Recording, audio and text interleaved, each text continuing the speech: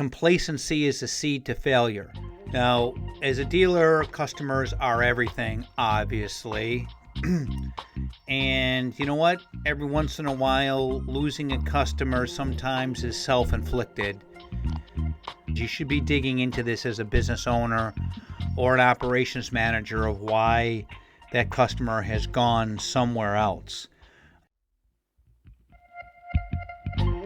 Welcome to the Standby Generator Podcast, brought to you by Power Alliance. I'm your host, Jim Swetman. Together, we will dive into the world of the standby power business, offering expert insights, industry trends, and actionable strategies to help you grow and scale your generator business. Whether you're looking to optimize your operations, increase profitability, or stay ahead of the curve, this podcast is your go-to resource. So grab a seat and let's power up your business for success.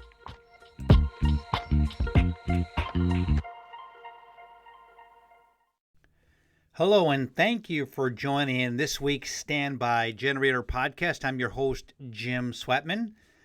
And this week, we're going to be talking about the real cost of losing a customer.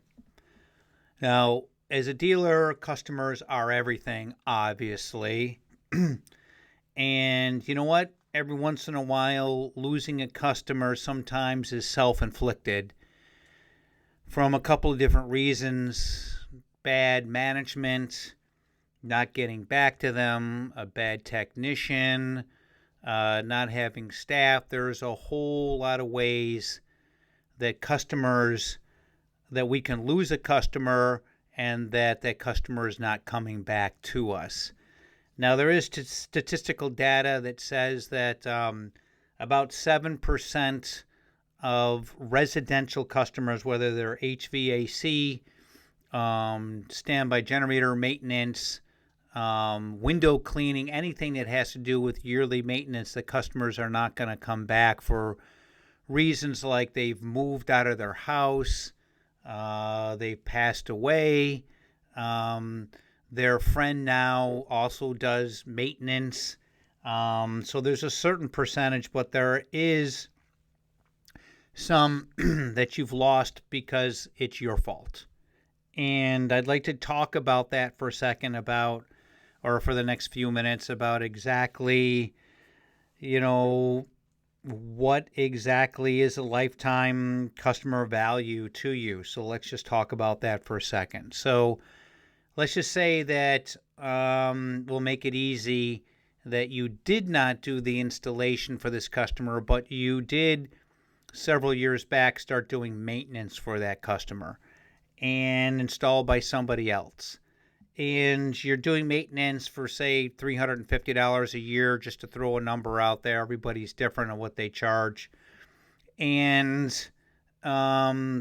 you call them back the next year to do maintenance because you unfortunately did not sign them up for an extended maintenance program or a prepaid maintenance agreement. So you're calling them up, asking them to do maintenance. It's always kind of a crapshoot whether they're ready to do it or not because you don't have any commitment from them from the previous year. But let's just say that that's your process.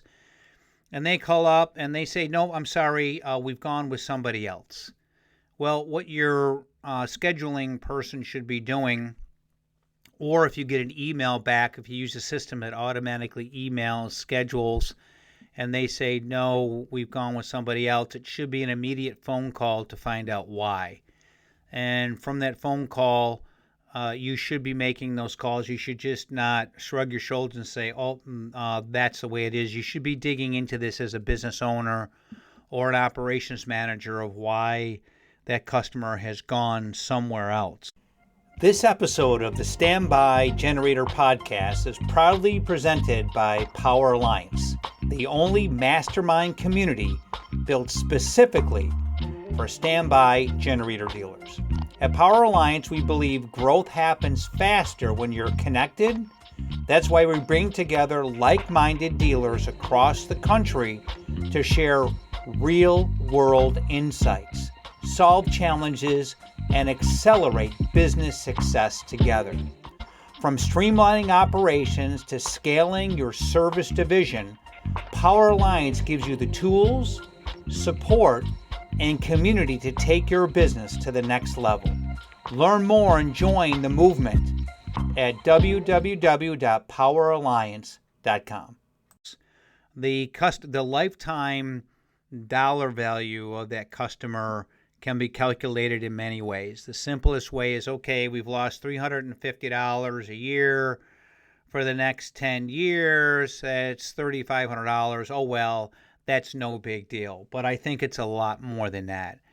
What it is that if your tech did a bad job or you did not call them back exactly within 1 year or send them an automatic email to remind them on this thing, it's much more than that. Because as you know, a couple of things. One is that customer is eventually going to need a new generator. The generators are engineered and designed for 15-year lifespan, as you know. You may get a little less, you may get a little bit more out of it, but you want to be able to reinstall that generator back at the 15-year mark. So that can be worth $6,000, $8,000, $10,000 right there of reinstalling that generator. Secondly, that customer went somewhere else. It could be because you just didn't do a good job. The tech that was there was not personable, did not offer a next year agreement, didn't offer an extended maintenance program with them, didn't clean the generator properly, didn't communicate with the customer, left the place a mess.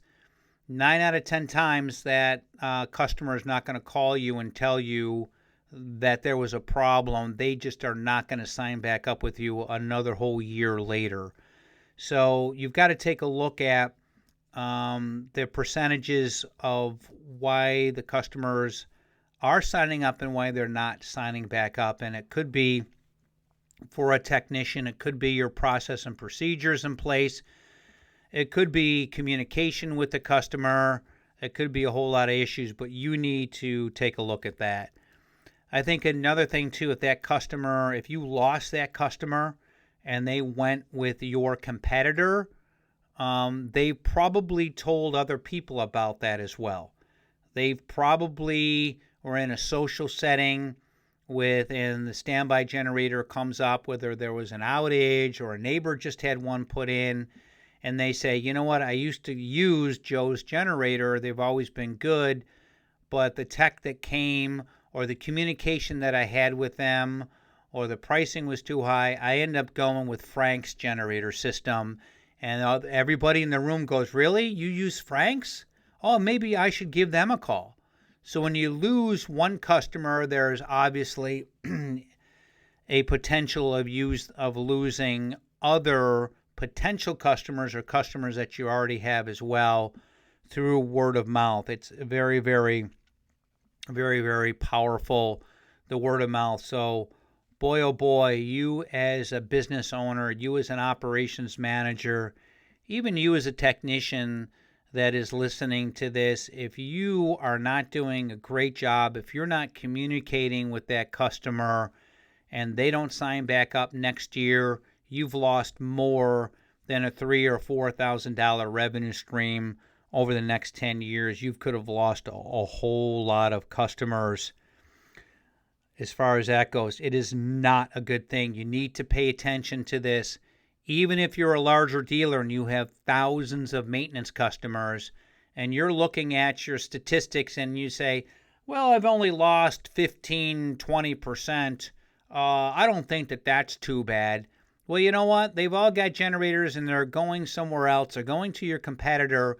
And believe me, that customer is going to explain exactly to your competitor of why you're using them now instead of that they used to use you. And your competitor is going to take that information and they're going to broadcast that to the world, either through radio ads or through discussions with their sales team about what you're not doing out there, and it's going to really escalate pretty big. It grows out of control pretty fast. So you really, really need to manage your existing customers to make sure that you retain them.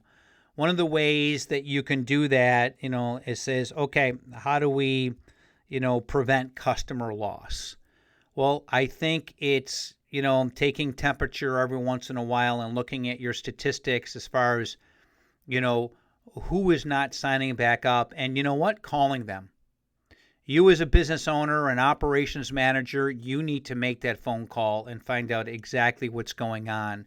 You need to spend, a half a day, a month looking at that and taking a look at those statistics and really digging into it, because the real value of your company, when you go to sell your company, and I've been involved in selling my company, a huge piece of the value of your company is your existing and prepaid maintenance contracts.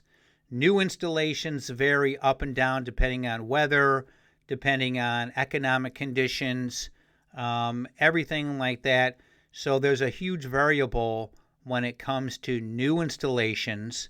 But when it comes to maintenance and having that reoccurring revenue coming in on maintenance, that is the real value of your company. You need to pay attention on retaining your existing customers. Obviously, you want to get new customers, and there's a whole nother podcast that I've done on how to gain new customers. But we're just talking about how to retain your existing. So you really need to take the pulse. You need to make the phone calls. You need to find out why they're not coming with you. It could be pricing. It could be communication. It could be the last tech that was there. It could be a whole lot of little things. And you need to make those corrections and take it extremely serious as far as what you're doing. How do you get the customer back? So you've called the customer up. They said, you know what? Sean was the tech that came here. He must have had a bad day that day because he didn't clean it right. It wasn't leveled when he left. He didn't leave me any information about moving forward with another maintenance contract. He left some rags laying around, and he kind of took off in his truck really quick. And before he did that, he smoked a cigarette right in my front yard. And I heard him on the cell phone too. He had a bad conversation with somebody on the other end. Well, you know what? You need to gather that information and find out what's going on and make those corrections. But what you need to do to get that customer back is say, Mrs. Smith, look, I truly apologize. I'm the owner of the company. We're always trying to better ourselves. That's why I'm making this phone call. That's why we're doing a survey about that. I apologize for what happened there, but I would really love to gain your business back. What can we do to gain your business back? And let them answer that. And they may say, there's nothing that you can do. I've already gone to somebody else, and quite frankly, they're $50 less a year. They come twice a year where you're only offered a once a year program. And I'm really, really happy with what they are. There's really nothing that you can do. You can always try again by offering, well, you know what, Mrs. Smith, what about next year? If you could give us another try, we'll do it for free. We'll do a free maintenance program for you next year. And we would really, really love to gain you back. And in fact, what I can also do too, because I'm the operations manager or the owner of the company, we will put you on the list as a priority customer, and we will also give 20% off if there is any kind of repairs that need to be done. We truly, truly appreciate your previous business, and we would like to retain you as a customer. Those are some of the things that you can do to try and win back that lost customer. There is a tremendous amount of effort that needs to be made to keep those customers. When you get complacent and you start getting 1,000, 2,000, 3,000 maintenance customers and you think that that's always going to happen, complacency is the seed to failure. You will slowly start to see an erosion in your customer base, and you'll start to see your competitors getting bigger and bigger. you'll start to see your competitors stealing your techs because they have so much work out there. You need to take a look at internally what you're doing, because there's nothing, and this is the obvious, more important than that maintenance customer or that service customer or that commercial customer that you have. You need to keep these guys happy because they're really fickle, as you know. You can do one thing wrong and sometimes they're just going to leave you. Most of the time, it's not about money. If you're $50 or $75 more than your competitor on maintenance, that usually does not make a difference if you're on time with the maintenance visit. If you call 30 minutes ahead of time and tell them that you're on your way, or you call them that you're running 15 minutes late, or if your tech is on site and he's being respectful and gets it done on time and is not trying to hard sell them on something that they don't need. We've had feedback when I owned a standby generator company where we got a feedback from a customer that said, your tech was really pushing too hard for a battery. The battery was only 2 years old, and he said he was told that every 2 years you need a new battery. And I said no, and he kind of stormed off. You know what I mean? So you got to be real careful that your techs are trained properly and understanding that, yes, they're there to recommend, but it isn't like that they have to be angry at the customer, because the customer is going to be angry when he didn't take that recommendation and the generator does go bad. But whatever, that's something else. So, there are a whole lot of things that you need to be aware of, and the importance and the costs of really losing a customer. And so pay attention. So again, thank you very much for listening. This is Jim Swetman, your host here for the Standby Generator Podcast. And pay attention to all the little things that are out there. Have a great day, guys. Thank you for tuning in to the Standby Generator Podcast. If you enjoyed the show, don't forget to subscribe, leave a review, and share. For more resources, tips, and to connect with other like-minded professionals, visit us at poweralliance.com or visit our social media pages. Until next time, keep powering up your business.